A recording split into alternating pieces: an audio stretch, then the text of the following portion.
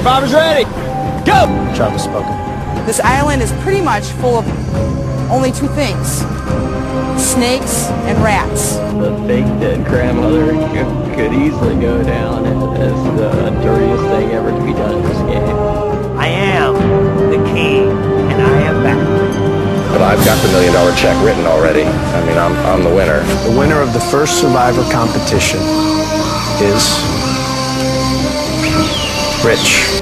Direct from Hobart, it's now time for the only dedicated radio show in Australia devoted to the hit TV show Survivor, bringing you the latest news and the biggest interviews from the king of reality television. It's Survivor Oz, and here's your host, Ben Waterworth. Hello everybody and welcome once again to Survivor Oz, Australia's #1 TV and film podcast, as we come to you once again for a Survivor Juan Del Sur exit interview, speaking with the 11th contestant eliminated from Survivor Juan Del Sur, Reid Kelly. Now usually we bring you these on a Wednesday, but given that we had a slight hiccup in terms of getting Reid on with Alec, given that they went on a double episode, we have delayed it by a couple of days and we've rescheduled it with Reid, and here we are today. So very excited. Usually I take this opportunity, of course, to plug episode preview, but given that you would have read that before the 13th episode and now the 13th episode is aired, there's no point to plug that or anything else, so I can get straight into this exit interview for once. It is a pleasure to welcome to the show the one, the only, Mr. Reid Kelly. Reid, welcome to Survivor Oz. Hey guys, hey Survivor Oz, hey Ben, how are you? I am doing very well, very well. How about yourself? I appreciate your time, and I'm loving the fact here as well that just before we started, you're dropping a few Australianisms there. You're really getting in the zone for this chat today. Yeah, I love the fans down under. It's awesome. Yes. Well, there's a lot of us down here. We love Survivor, and we're loving this season. For the most part, I know I'm loving this season at least. And a lot of people sad to see you go. It was a little over a week ago, of course, now that we saw your elimination episode. But you all recovered now, Reid, seeing how everything played out, and kind of got a bit of closure, did you, in seeing the demise of Reid?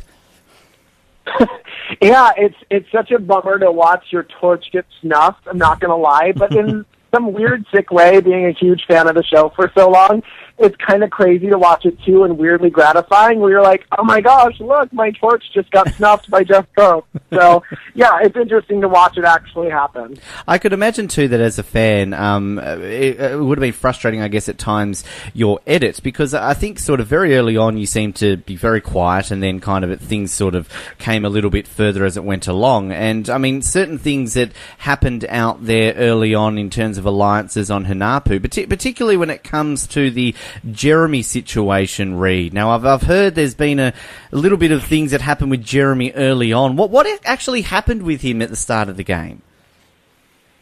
Well, essentially, Jeremy and I spoke briefly on day one, and we're like, you know what, let's talk about working together. And I said to him, let's just casually get some numbers together. There's, let's do 5 out of the 9, so just in case we ever go to a tribal coming up, we have something. And he was down for that. I think I spoke to Missy, I spoke to Natalie, and basically what ended up happening is I think Missy and Jeremy kind of went to everybody who I spoke to and was like, Reid's trying to take you out.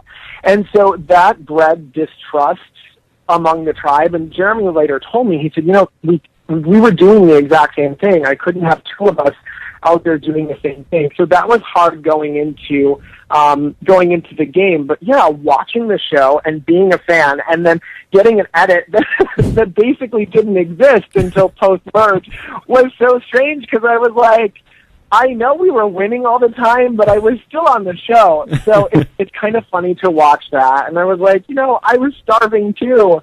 But it was one of those things where we kept winning and we kept doing so well at Hunapu 1.0 and 2.0. So it didn't necessarily lend to a lot of focus on our tribe. We kind of paid attention that whenever you got a confessional, it seemed to be about food. So it was kind of like, oh, Reid's on screen. I said that too. I was like, apparently I'm the only person who can describe chicken, because all of my confessionals were about food. I was like, I swear to God, I talked about other things to these people, So I have to laugh because apparently I need to have a cooking show next because that's my bit. Yes, but it must have been good then, I suppose, watching it with Josh, that on the flip side of that, you're winning all the time, which, is not good for Reed edit, but given that Coyopa are losing all the time, it's good for a Josh edit.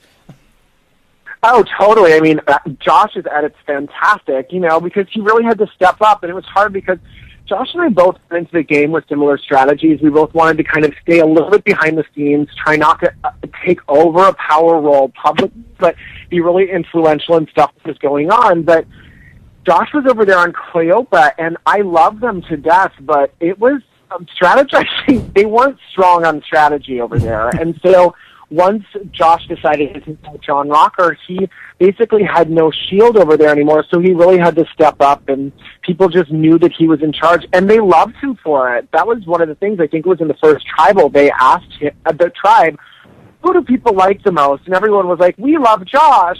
And Josh was like, oh gosh, don't say that. This is terrible. But, it made for great television, and he got an awesome edit, and I love to see Josh succeeding, so that's awesome. And then, of course, when the switch comes about, you get to play with him finally, and it looked as though then it was all, going to be a bit of a situation for Jeremy. It was a kind of a case that you really wanted to lose in a way to get rid of him, because I think when we had Josh on a few weeks ago, we sort of brought this up to him as a part that had you lost one and Jeremy had gone, then you could potentially still be in the game right now. Absolutely. It was one of those moments where I think being a fan of the show actually hurt us, because Josh and I seriously considered throwing that particular challenge. And it was hard because Josh and I are intensely competitive, so when it comes down to giving up on something, it doesn't feel good. And being a fan of the show, we knew that when people throw challenges, 9 times out of 10, it doesn't go in your favor. Mm-hmm. Something comes back, bites you in the butt, and so we really didn't want to make that decision. But I think looking back, in retrospect, I think probably for Josh, the most competitive thing we could have done was throw that challenge, because it would have been easy. Jeremy had basically screwed up a lot in the challenge that we were so far behind that it really would have been easy to kind of fluff through that puzzle and not do this big come-from-behind win. So looking back at it, had we decided to throw the challenge, I think the rest of the game would have been vastly different. And given that situation, hypothetically, things worked out, you've still got, say, John and Jacqueline with you. I mean, what was kind of the plan from yourself and Josh's perspective? Because, I think I read on one of Josh's exit interviews that he mentioned that had he made it to the Final Four with you, that it was kind of fair game that you guys would have probably turned on each other at that point. Oh, yeah. Like rapid Tasmanian devils. But basically, that was something that Josh and I definitely talked about months before going into the game. And that's something we said that if we got down to the top 4, that would be a decision that would be made at that point, that one of us would fall on a sword and be out and be on the jury for 2 reasons. One, it would be good for jury management to have one of the duo over there, basically campaigning for the other. And then 2, sometimes when you get down to a final tribal like that in a pairing, it's hard because you could potentially split votes. So we didn't want that to happen. So that was definitely something we'd planned on and was a conversation that would have been down the road. Would have been so interesting to see. On the sort of after Josh had gone and we saw the night where Wes went, of course, and Keith sort of had that slip up at Tribal Council that really things looked to be falling into your lap there, Reed. Did you meet that one? Yes. That one then? Stick to the plan? Yes. Yeah, there was my game. A ball of fire. How do you think, again, we love the what ifs on Survivor Oz, Reed, but had that not happened, went to the plan, John goes that night, what was your plan from that point on? Would you still be in there right now if that had not happened the way it did? Absolutely. I really think that was a pivotal moment for my game where I just watched everything disintegrate right in front of my eyes. And I would have gone back to camp and kind of taken the temperature of everyone there. Jacqueline and I always had a good relationship and really good rapport throughout the game, even though our strategic games never exactly lined up. But I kind of felt like it may have been one of those moments where I turned and looked at Jacqueline and they're like, all right, girl, you took out my boo, I took out yours, now let's move forward and work together to get to the end. Mm-hmm. So that was something I was definitely toying with in my head.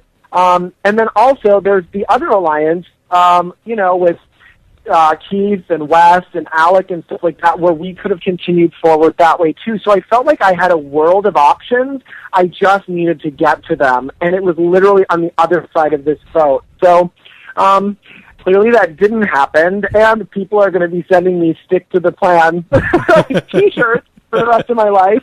But yeah, it was one of the moments where I just knew that this was going to be bad. And in that moment, I knew that the Majority Alliance was going to be very upset when we got back to camp, and that was one of the things that Missy was kind of madder than a wet hen when she got home. Not home, back to camp. I still call it home. That's when we got back to camp, because she was really with us at that point, and we had worked really hard, Missy and I, to kind of orchestrate that Jeremy blindside together, and then we moved forward into this, and I kind of concocted this huge umbrella plan that was, let's flip the boats on Keith and Wes. And so I started doing that right away, and Missy was really on board with that. And I know they showed in the episode where Missy's like, Weed's going to vote with us, he's on board, and she's talking to John. So I think when she got back, she was really hurt and frustrated, and that was bad news. And I knew I was running that risk, but at this point in the game, you have to swing for the fences. Yeah. So it was what it was. Yeah, you've always got to attempt these things, and look, sometimes in your case didn't work, unfortunately. Other times it works. I mean, look at what Natalie's done at the moment. So it's worked for her. Absolutely, and being a super fan of the show, I love it when people go out there and make big choices, and sometimes they work out and sometimes they don't. I just wanted to make sure that I wasn't somebody who was just kind of moping along through the season, because that's no fun to watch, at least when I'm watching the show. So, yeah, sometimes epic failures are great television. So that was it. I just kind of adopted that mentality of, I think the fans will appreciate someone going just balls to the wall trying to make this happen. And that's what I did, because that's what I would want to see watching the show. Yeah, absolutely. Now, before we wrap it up with a quick listener question, I've got to ask your opinion here, Reed, right now. 5 people left in the game. Who are you rooting for to win at this point? I feel like that would be too much of a loaded question right now before this final episode, but if you asked me that after the finale, I could tell you that. Okay. Well, I'll tell you what, we're obviously wanting to get you back on the show post the season to have a longer in-depth chat, of course, about lots of things. That's what we do here in Survivor. I look forward to it. We definitely would do that, and obviously Josh as well. But just before I let you go, Reed, a quick listener question I have here from Lee Richmond Charlie. Lee wants to know, did your role on Spiderman on Broadway help you on Survivor? Oh, absolutely. Survivor and Spiderman were so similar in ways, because you have to think on your feet.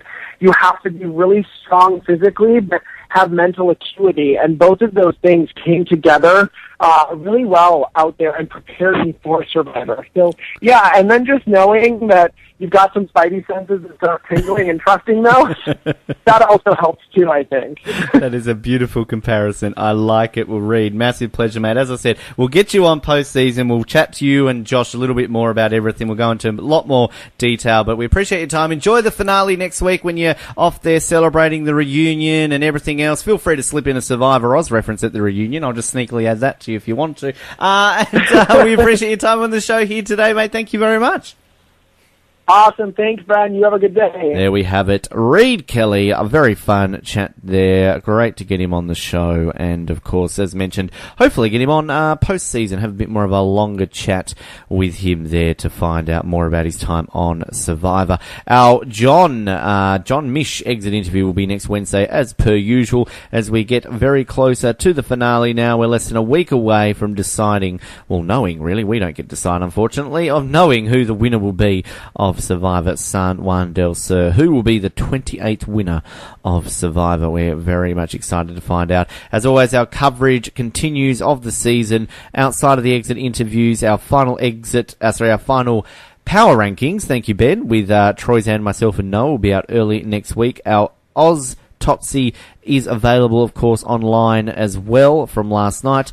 And our Spencer and Marty recap also, hopefully by the time you're listening to this, is available. We're recording this on the day that I'm recording this, so that should be available. If it's not available right now, later on today for you to tune in and listen to. In the meantime, thank you for tuning in to Survivor Oz. Remember to subscribe to us on iTunes, subscribe to us on TuneIn Radio now, and of course on Stitcher. Leave us feedback. We always appreciate the support. Like us on Facebook, follow us on Twitter, and subscribe to us on YouTube. Everything else in between. Till we next speak again, my name is Ben, the Tribe has spoken. We'll speak to you next time on The Trains.